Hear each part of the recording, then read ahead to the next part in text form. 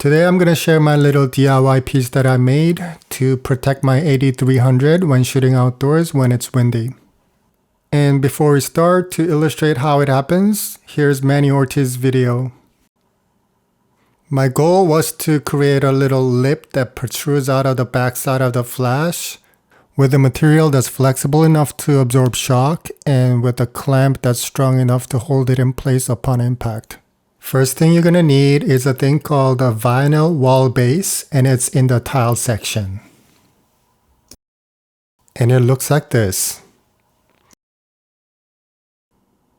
And then in the plumbing aisle, you're going to look for a thing called a hose clamp.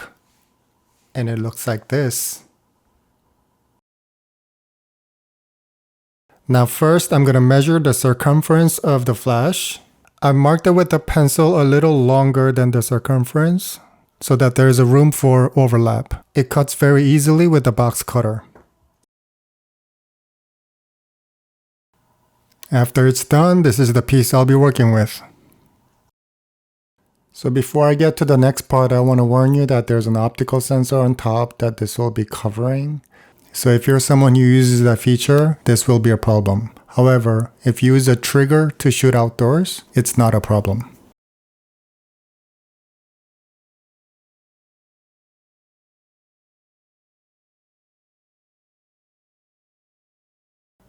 So after tightening the clamp, I would give it a little push to make sure it doesn't slide around.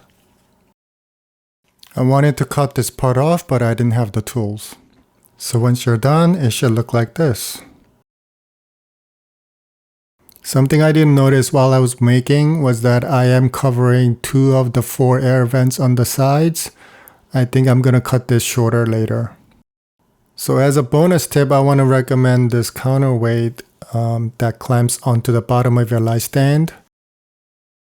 However, I was using a 3-pound one when the wind was about maybe 8 miles per hour. And I had this light mounted on a S2 bracket with a 28-inch softbox, and it's still tipped over. So if you're going to buy the counterweight, get the 10-pound one. Hope this was helpful. I'll see you in the next video.